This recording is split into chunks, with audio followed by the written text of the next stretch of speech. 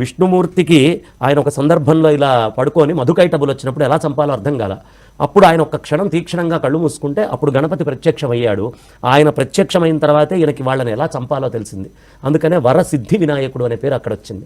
బ్రహ్మదేవుడికి సృష్టి ఏం చేయాలో అర్థం కాకుండా ఇక్కడ పెట్టాల్సిన ముక్కు ఇక్కడ పెట్టాల్సిన చెవు ఇక్కడ పెడుతూ తప్పు సృష్టి చేస్తుంటే విష్ణుమూర్తి చెప్తారు, నువ్వు తపస్సు చెయ్యని. 100 సంవత్సరాలు కూర్చొని తపస్సు చేస్తే మాఘకృష్ణ చతుర్థి రోజు, అంటే సృష్టికి పూర్వమే చతుర్థి రోజు వక్రతుండ గణపతిగా వినాయకుడు దర్శనమిచ్చి ఆయన ఆశీర్వదించాడు, నీకు ఇంకా విఘ్నాలు ఉండవు, బాగా జరుగుతుంది పోనీ సృష్టి రచన. అంటే వినాయకుడు ఒక అవతారంగా అక్కడ మనకు కనిపిస్తున్నాడు. ఒక సందర్భంలో భండాసురుడు అనేటటువంటి వాడు యంత్రప్రయోగం చేశాడు, విఘ్న యంత్రం అమ్మవారి సైన్యం మీద. ఆ యంత్రం ఎలా తీయాలో అర్థం కాలేదు. అప్పుడు ఆవిడ కామేశ్వర ముఖాలోక, ఆవిడ శివుడి కళ్ళల్లోకి తదేకంగా అలా చూసిందట. అప్పుడు ఈ మహత్తైన వినాయకుడు, నిరాకారంగా ఉన్న వినాయకుడు సాకారంగా వచ్చి ఇదంతా ఇచ్చేసి, అంటే